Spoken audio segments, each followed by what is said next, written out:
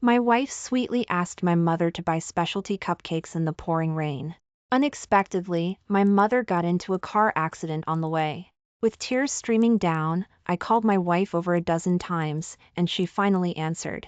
But the first thing she said was, "Ryan, what's your favorite position?" My heart turned ice cold. I told my wife to come back for a divorce, but she replied impatiently, "Divorce is fine, but don't make things difficult for Ryan." It was a huge downpour, and Chloe called Eleanor asking for specialty cupcakes, telling her to go buy them. Eleanor braved the storm and bought the specialty cupcakes, but was in a major car accident on the way. By the time I received the news and rushed to the hospital, Eleanor had only one breath left. Chloe wanted specialty cupcakes. Hurry and take them to her. Before she could finish, Eleanor passed away. Even in death, she clutched the specialty cupcakes tightly in her hand. Crying, I called my wife over a dozen times. The call finally connected, but her first words were, "What's your favorite position?" Hearing the laughter from the other end of the line, I trembled with rage. I couldn't help but question, "Chloe, you hate specialty cupcakes the most. Why did you make Eleanor go buy them?" The person who replied, however, was Chloe's childhood friend, Ryan. "Dave, don't be angry. I lost a game of truth or dare, and Chloe had Eleanor go buy the specialty cupcakes as a penalty for me. If you want to blame someone, blame me." I wiped away my tears and said coldly, "Please tell your woman to make some time to come back and get a divorce from me." Chloe gently comforted Ryan, and after a while, she replied impatiently, "Divorce is fine, but don't make things difficult for Ryan." One I dragged my weary body alone and quietly handled Eleanor's funeral arrangements. For 3 days straight, Chloe was like she had vanished from the face of the earth, not a single message or call. I didn't really expect her to do anything. I just felt it wasn't fair to Eleanor. "So tired, honey, prepare a relaxing bath for me." 3 days later, Chloe finally came home. She kicked off her high heels and collapsed onto the sofa. She looked completely drained. Usually, at times like this, I would eagerly behave like a begging puppy wagging its tail. With a cheap smile, I would fetch water, wash her feet, and massage her to relieve her fatigue. But this time, I sat in a corner of the sofa, still immersed in the grief of Eleanor's death, and didn't even look up at her. After waiting a long time with no movement, Chloe turned to look at me, as if she suddenly realized something. She smiled with a hint of appeasement, "Still sulking about the game the other day? It was just such a small thing, no need for this, right?" I looked at her, full of sorrow and indignation. "Small thing? You think making Eleanor go out in a rainstorm and buy something you hate is a small thing? It was this so-called small thing of hers that killed Eleanor." Thinking of Eleanor worrying about bringing Chloe the specialty cupcakes even as she died, my heart twisted. Seeing me suddenly get agitated, Chloe was stunned for a moment and asked, "Is Mom angry?" "It's okay, I'll go coax her when I have time. She loves me the most, she'll definitely forgive me." Saying that, Chloe threw a beautiful gift box in front of me. "A gift I specifically bought for you, see if you like it?" I glanced at the packaging. It was clearly a men's watch. She said she bought it specifically for me, but it had obviously been opened. If I remembered correctly, this watch had appeared on Ryan's social media feed just 2 days ago. His caption then was, "Someone who loves you always feels what they give you isn't good enough." The accompanying picture showed Ryan wearing a limited edition watch, and in the very corner of the photo, there was another watch in the trash can. It was the one Chloe was now giving me. How ridiculous. To give me a gift that someone else had thrown away in the trash. I let out a self-mocking laugh and said flatly, "When are you going to handle the divorce?" Chloe's face sank, and she knitted her brows, looking at me. "David, you're never going to let this go, are you?" "Divorce is possible only if Mom talks to me herself." I refused to believe she'd agree to us getting divorced. Saying that, Chloe got up and slammed the door angrily as she went into the bedroom. I knew she was waiting in the room for me to go over and apologize humbly. It had always been like this whenever we argued, no matter whose fault it was, I was the one who would humbly try to appease and make up. But this time, she wouldn't be waiting for me. I took out the drafted divorce papers from the drawer and quickly signed my name.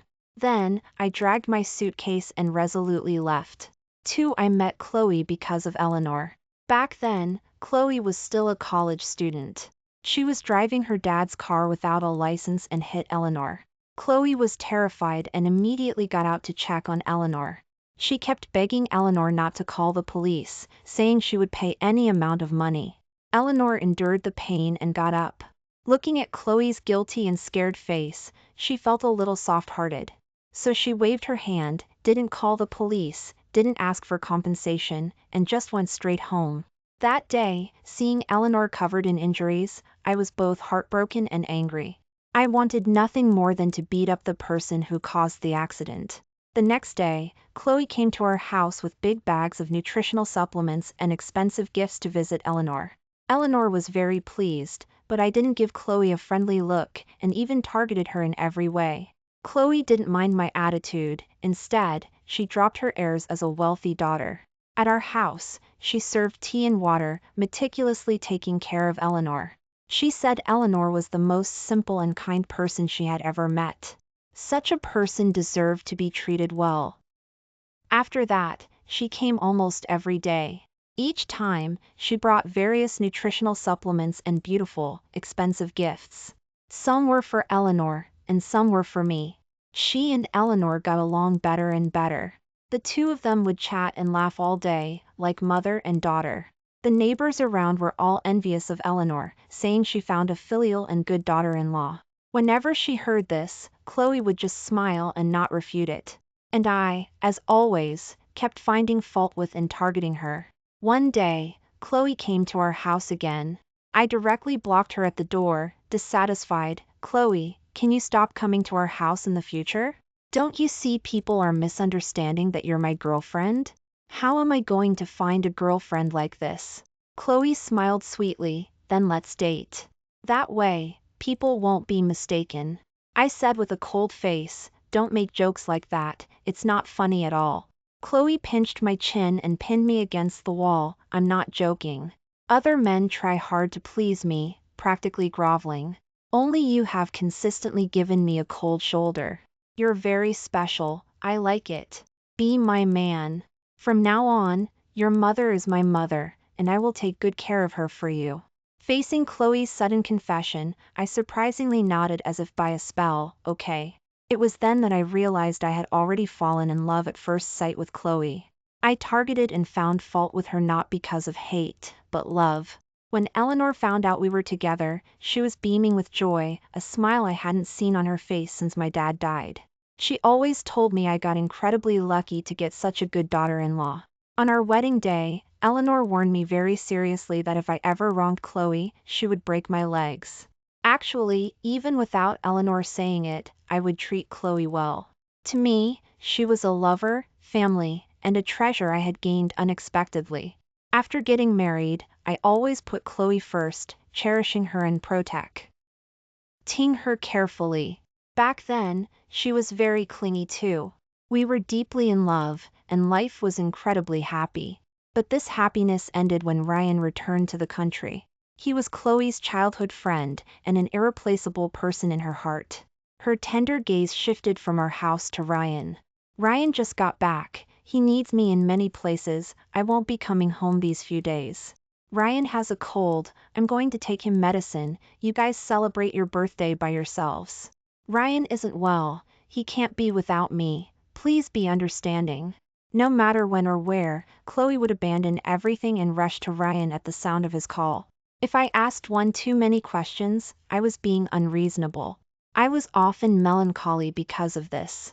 But to keep Eleanor from being sad, and to keep our home from breaking, and most importantly, because of the love for Chloe I couldn't let go of in my heart, I endured it again and again. I thought that as long as I quietly maintained this home, it would remain peaceful and stable as before. But I was wrong. My tolerance only resulted in Chloe treating me more recklessly. This time, she even caused Eleanor to lose her life in a game she played with Ryan. I was heartbroken and even more desperate. With Eleanor's cremation, my love for Chloe also turned to ashes. 3 On the 4th day after moving out of the house and back to Eleanor's the old family house, I chose a cemetery plot. I was just about to take Eleanor's urn to be buried. As I opened the door, Chloe's cold and beautiful face came into view. Ryan stood beside her, and behind her were 4 bodyguards. As soon as Chloe arrived, she hurried into the house, looking around. Finally, she came back to me and asked, "Where's Mom?" I looked down at the urn covered in black cloth in my hand and said in a low voice, "Thinking of looking for Eleanor now?" "It's too late." Chloe frowned slightly. A hint of anger flashed in her eyes. "Where did you hide her?" I furrowed my brow. "What do you mean by that?" "What do I mean? Don't you know? Ryan's health isn't good to begin with. Why did Mom have to steal the formula for his special medication? That's his life-saving medicine. Are you two just jealous of him doing well?" Chloe's words made my dead heart ache slightly. I had originally thought Chloe came looking for Eleanor with such fanfare because she realized she had gone too far with the game incident and came specifically to apologize. Or perhaps she knew Eleanor had passed away and felt guilty and came to repent. But I never expected she came for Ryan, to question Eleanor. How outrageous. As if killing Eleanor wasn't enough, she had to slander her. I stared at Chloe with cold eyes and said sternly, "I don't care if you want to protect Ryan, but don't you dare smear dirt on Eleanor." Chloe pointed her phone directly at me and said coldly, "See for yourself." The phone displayed a surveillance footage. In the footage, a woman, looking left and right, entered Ryan's house. A few minutes later, she left furtively, clutching something. The woman in the video, from her clothes and appearance, to her figure, and even her profile, was 8 or 9/10 similar to Eleanor. After the video finished, Ryan spoke, "Yesterday, after your mother secretly went to my house, the formula for my special medication disappeared. David, I didn't provoke your mother, did I? Did she have to go after my life?" Ryan had severe asthma. The special medication he mentioned was the inhibitory medicine he had to take every time he had an attack. I heard that the formula was unique and priceless. Losing the formula meant Ryan was cut off from his life-saving medicine, which was indeed a serious matter.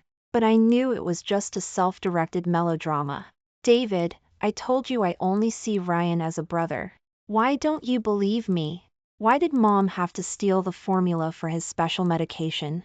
Chloe's voice was filled with disappointment, as if she had already concluded that Eleanor was a thief.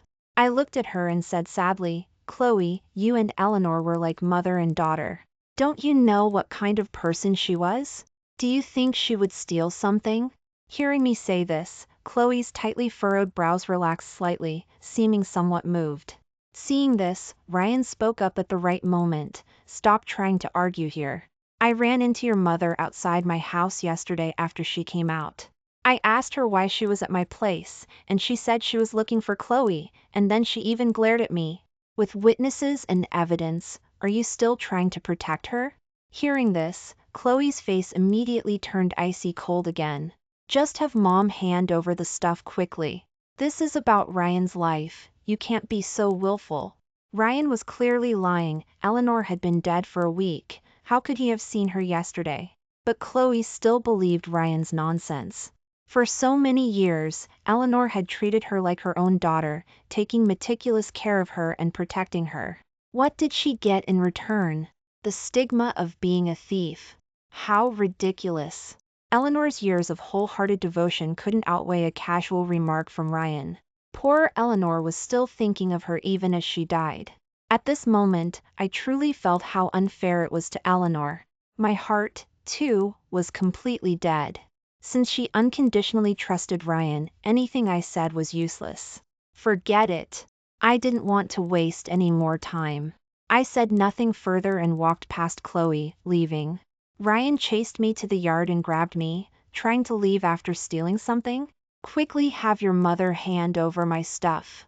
I looked at Ryan and said bitterly, "Ryan, if you want to be a homewrecker, go ahead, but don't use Eleanor as a tool to climb your way up.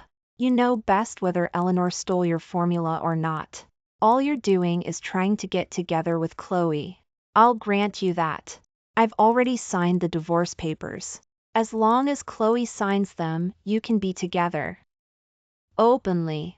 Saying that, I violently shook off Ryan and walked away. But Ryan's mouth was still relentless, and he continued to shout, "David, stop putting on a show and twisting the facts. I'm telling you, a thief is a thief. From the moment your mother stole my formula, she was destined to be like a smelly rat in the sewer, forever despised. I suddenly stopped in my tracks, and the anger in my heart instantly ignited. I clenched my fists and turned around, swinging a punch fiercely towards Ryan's face. Bang! With a single punch, Ryan staggered backward from the blow. David, what are you doing? Chloe roared at me, then quickly helped Ryan up, her face full of concern. I'm going to kill him, I yelled with red eyes, charging towards Ryan again. Eleanor had already died because of a game they played. Now Ryan was scheming to slander Eleanor and insult her with such nasty words. I couldn't take it anymore. At this moment, I had almost lost control of my senses. I just wanted to beat Ryan violently. Quickly stop him. Seeing this, Chloe immediately ordered the bodyguards. 2 bodyguards came forward and held me tightly, one on each side. Chloe glared at me, her face cold, while Ryan's words were a bit much. You shouldn't resort to violence. Apologize to him immediately. 4-inch dream on, I retorted without hesitation, my tone resolute. In the past, whatever Chloe asked me to do, I would do. That was because I loved her, cared about her, and couldn't bear to make her angry. But now, there was nothing left for me to care about. Ryan covered his face, glaring at me fiercely, and said with resentment, I don't need his apology, I just want him to pay back double. Hearing this, Chloe glanced at me, seemingly trying to tell me with her eyes that if I backed down now, she would be on my side. But my expression was firm, without the slightest intention of giving way. Seeing that I was being unyielding, Chloe's eyebrows furrowed again, a look of displeasure gathering between them. She stopped talking and let Ryan approach me aggressively. Once in front of me, Ryan, without a word, threw several hard punches at my stomach with all his might. These punches, fueled by boundless anger, were delivered with full force. They instantly made me see stars and fall to the ground, weak all over. The urn in my hand fell heavily with me. The ashes scattered everywhere, reflecting a pale light that stung my eyes. My mind instantly exploded, and I was completely stunned. Witnessing Eleanor's death firsthand had already left me in unbearable pain. Now, I couldn't even protect her ashes. How I hated it! The heavens seemed to be against me too. A gust of wind suddenly blew up at this moment. The ashes scattered all over the ground were instantly blown away in all directions. No! Don't! Like a madman, I reached out to grab the ashes floating in the air. But how could hands hold onto ashes? The sky-high ashes gradually disappeared before my eyes. Seeing the last bit of Eleanor's presence in this world drift away from me, immense guilt and pain surged in my heart. I felt like I was falling apart. I lay on the ground, using my hands to gather the remaining ashes that hadn't been blown away. Tears of despair streamed endlessly from my eyes. David, are you being fake? I just hit you a few times. What's with this pathetic performance over a pile of broken dust? If you want to protect your mother, you don't need to resort to such petty tricks. Ryan cursed at me with a look of disgust. My ears were ringing, ignoring everything. I just kept collecting the ashes on the ground and putting them into the urn. David, haven't you made enough of a scene? Crying over a pile of dust like this, don't you find it disgusting? Chloe looked down at me from above, speaking with great exasperation. Instead of acting crazy here, you might as well quickly tell your mother to hand over Ryan's stuff. I glared at Chloe with red eyes and cursed hatefully. Chloe, you're not human. Chloe, you used to say that David and his mother were very good to you. From what I see, all of that was fake. Look at them, one is doing sneaky things behind people's backs, and the other is being disrespectful to you in public. Neither of them is any good. Hearing this, a trace of anger immediately appeared on Chloe's cold face. She stepped forward and stomped on Eleanor's ashes, saying coldly, David, I always thought your mother was honest, simple, and kind, treating her like my own mother. I never expected she would do something illegal like stealing. Since you're acting crazy and refusing to hand her over, I'll find her my own way. Saying this, she took out her phone and instructed coldly, Secretary Adams, find Eleanor no matter what it takes, and bring her here. On the other end of the phone, Secretary Adams paused slightly, then stammered, Miss Cheen, didn't you know? Eleanor has passed away. Chloe's expression stiffened. She said disbelievingly, What? Say that again? Eleanor passed away a week ago. She died on the way to buy specialty cupcakes for you.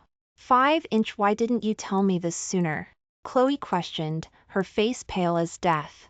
It was as if she was looking for an excuse for the shock and guilt she felt inside. On the other end of the phone, Secretary Adams sounded a bit surprised. I thought you already knew. Didn't Eleanor always treat you like her own daughter? Before Secretary Adams could finish, Chloe hurriedly hung up the phone, unable to listen anymore. Yes, everyone knew that although Chloe and Eleanor were mother-in-law and daughter-in-law, their relationship was like mother and daughter. Who would have thought that someone so close wouldn't even know about something as important as Eleanor's death? Chloe put down her phone and looked at me weakly. The next second, she seemed to react, stepping back in a panic, her voice trembling. David, is this Mom's ashes? I asked back with red eyes. What do you th? Ink? I'm sorry, I didn't know. Let me help you. Chloe was flustered, squatting down, reaching out a trembling hand, wanting to help me collect the ashes. Don't touch Eleanor. You're not worthy.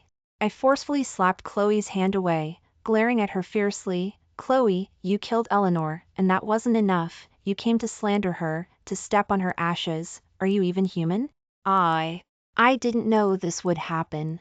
She shook her head guiltily, her expression pained. Then, she suddenly looked at me and asked, How did Mom die? How did she die? I stared at her, roaring out, She died in a car accident, hit and killed, trying to buy specialty cupcakes for you. Chloe was completely stunned after hearing this. Her eyes were vacant, her face as pale as paper. How could this be? Why would this happen? Why? Of course, it's because she loved you. Because she treated you like her own daughter. That day, there was such a heavy rainstorm, there were deep puddles on the road, but just because you said you wanted specialty cupcakes, she went out in the rain without hesitation to buy them. Don't you know, when she was hit by the car, she was still clutching the specialty cupcakes tightly in her arms? And the last words she said to me before she died were also about you wanting specialty cupcakes, telling me to take them to you. Until her death, she held the specialty cupcakes as if they were a treasure. Chloe, Eleanor loved and cared for you with her life. And you? How did you treat her? Besides playing tricks on her, what else did you do? After Eleanor died, I handled the funeral arrangements alone. For 3 whole days, you didn't ask, didn't call, only cared about going out and having fun with your Ryan. When you got tired of being out, you finally remembered you had a home. As soon as you got back, you acted like nothing had happened. Even when you asked about Eleanor, it was with an indifferent attitude, thinking that even if Eleanor was angry, you could easily coax her with a few words. Chloe, the reason you've been so reckless, isn't it because you're relying on how good Eleanor was to you? You clearly know this in your heart, so why are you slandering her and defaming her here? You've been with Eleanor for so many years, don't you have any idea what kind of person she was? She was honest her whole life, never taking a cent from anyone else. Even when she was bullied or taken advantage of, she would just laugh it off. How could you possibly think that such a simple and kind person would steal something from Ryan? In your eyes, is she truly that worthless? Chloe's face was full of anguish. No, it's not like that, She wanted to explain, but halfway through, she didn't know how to argue. I smiled tragically through my tears. Why aren't you talking? Is it hard to say? You want to say you just lost your mind because you cared too much about Ryan, right? Chloe, don't you think you're ridiculous? Is it because Eleanor and I were too good to you, too tolerant of you, that you forgot you are a married woman? You keep saying you only see Ryan as a brother. But how many times have you abandoned our family for him? How many times have you argued and gotten upset with me because of Ryan? Every time you argued with me because of Ryan, Eleanor would advise me, saying you were a good child with boundaries and a sense of responsibility, and that you would never cross the line, infidelity. Eleanor constantly urged me, telling me to believe in you, to treat you well, and not to hurt or upset you. No matter what, Eleanor always stood on your side, thinking of you and defending you. But what about you? Because of a game with Ryan, you tricked Eleanor, making her die on the road like a clown. Because of a single sentence from Ryan, you didn't trust Eleanor, and after she died because of you, you even stepped on her ashes, trampling and humiliating her. Because of Ryan, you killed Eleanor. 6. I let out all the grievances and unhappiness in my heart in one breath. Chloe was already in tears. Every word I said, she couldn't refute, just kept crying. Like a child who had done something wrong and was being scolded. I'm sorry, David, I really didn't mean to. Chloe looked at me with teary eyes, her gaze carrying a hint of pleading, as if waiting for my forgiveness. I finished collecting the ashes from the ground, stood up, and looked at her with cold eyes, saying indifferently, "Don't apologize to me. I will never forgive you." Hearing this, Chloe cried even harder. Seeing this, Ryan, who was standing by, finally couldn't stand it and spoke up for Chloe. "David, can't you see Chloe is already very upset? Why are you still being so aggressive? How can you be so heartless?" Hearing this, before I could even speak, Chloe turned around and slapped Ryan directly. "Shut up!" Chloe glared fiercely at Ryan, her eyes seeming to spit fire. "Chloe, you hit me?" Ryan covered his face, looking at Chloe in disbelief. In the past, no matter the situation, Chloe would unconditionally protect Ryan. She wouldn't even say a harsh word to him. But now, not only did she not appreciate Ryan speaking up for her, she actually hit him. Ryan was completely stunned. The Chloe in his eyes seemed like a stranger. "This is all because of you." Chloe erupted in towering rage, roaring with red eyes. "Eleanor has been dead for 7 days. What's with the surveillance footage you have? What's with you saying you saw her yesterday with your own eyes? Why did you lie to me?" Eleanor's death had a huge impact on Chloe. At this moment, her heart was filled with endless guilt and pain. And the source of all this was Ryan. It was only now that Chloe finally realized that everything Ryan had said before was a lie. She had made a terrible mistake by blindly trusting Ryan. At this moment, she hated Ryan intensely. The look in her eyes towards Ryan was no longer the gentle affecty one of the past, only hatred remained. Facing Chloe's questioning, Ryan felt guilty. He stammered, I don't know either. Chloe, I didn't lie to you. You saw the surveillance footage too. You yourself said the person in the video was Eleanor. If you were so close to her and could mistake her, it's normal for me to mistake her, right?" Ryan's words were like another heavy hammer, slamming into Chloe. She wanted to find an outlet to release the surging emotions in her heart. She wanted to find an excuse for her mistakes. But could she really find one? Even if she did, could she wash away her guilt? She knew she couldn't. Ryan was right, she was the one who misjudged. She was the one who didn't believe Eleanor. For all of this, she bore inescapable blame. Chloe suddenly went limp all over, standing rooted to the spot, helpless and despairing. As if she had lost her soul, her eyes completely lost their light. Ignoring them, I went directly to the cemetery plot I had chosen beforehand with Eleanor's ashes. I buried Eleanor's remaining ashes, hoping she could rest in peace. After the burial, Chloe came. She knelt before Eleanor's grave, placing flowers for Eleanor while crying uncontrollably. She, who had always been high and mighty, was now humbled to the dust, sobbing painfully and repenting without regard for her image. "Mom, I'm sorry, it's all my fault." She knelt and cried in front of the grave, her shoulders heaving, trembling nonstop. "Apologizing now, don't you think it's too late? Can Eleanor even hear you?" I looked down at Chloe, my eyes cold, no longer holding any emotion. Chloe stood up, looking at me with tear-streaked eyes. "David, I really didn't mean it. I didn't expect things to turn out like this. Tell me, what can I do for Mom to forgive me?" I looked at her expressionlessly, not wanting to say another word. But Chloe suddenly seemed to think of something, and her eyes lit up as she said to me, "Right, didn't Mom always want to have Hildren? Let's go home, and I'll have a baby for her, okay? When the baby is born, I'll bring him to apologize to Mom. Mom will be very happy to see him, and then she'll forgive me." Chloe and I had been married for so many years, and I had suggested having a child multiple times. Eleanor had also always looked forward to a new life in the family. But each time, Chloe refused, citing her busy work schedule. If it were in the past, hearing Chloe proactively suggest having a child, I would have been so excited I'd forget all her mistakes. But now, I only found it ridiculous. Chloe, don't you think saying that now is incredibly ironic? From the moment Eleanor died, our marriage ended. Do you think it's possible for me to have a child with you? Chloe froze slightly, as if unable to accept this fact. No, it's not possible, David. I know you love me very much, you wouldn't abandon me, right? Her voice was panicked, and the look in her eyes was already pleading, like a begging puppy wagging its tail. Looking at her like that, I couldn't help but remember my past self. In the countless days Chloe ran off to Ryan, I too would pray at midnight that she would return to my embrace. But all I got were one empty night after another. Chloe, I really did love you very much, and I genuinely couldn't bear to leave you. But precisely because I loved you too much, every time you ignored our family for Ryan, I felt even more pain in my heart. Perhaps you don't understand that feeling of having your sincerity trampled upon and your expectations dashed. That sense of loss, it's like a piece has been gouged out of your heart, and it aches faintly whenever you think about it. My intense love for you was gradually worn away in those countless nights you didn't come home.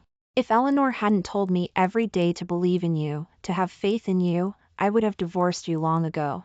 Ask yourself, if I went out all night for another woman every day, argued with you, and I ignored everything about you, could you bear it? The only reason I tolerated you for so long was because I didn't want Eleanor to be sad, but now, you have killed her. You personally destroyed our marriage, destroyed this home. Chloe shook her head, tears streaming down her face. No, I don't believe it, David, let's start over. Everything before was my fault, but I promise you, I truly never did anything to betray you. Ryan is just a childhood brother to me, and we never crossed the line, infidelity. I promise you, I won't see Ryan again. I will work hard to be a good wife. I still want to have a child with you and raise our child together. Mom is gone, I don't want to lose you too. Saying this, Chloe reached out to grab my hand. I instinctively dodged away, saying sharply, it's too late to say all this now. Every time I see you, I will remember the scene of Eleanor dying in the hospital. I cannot forgive you, and it's impossible for me to start over with you.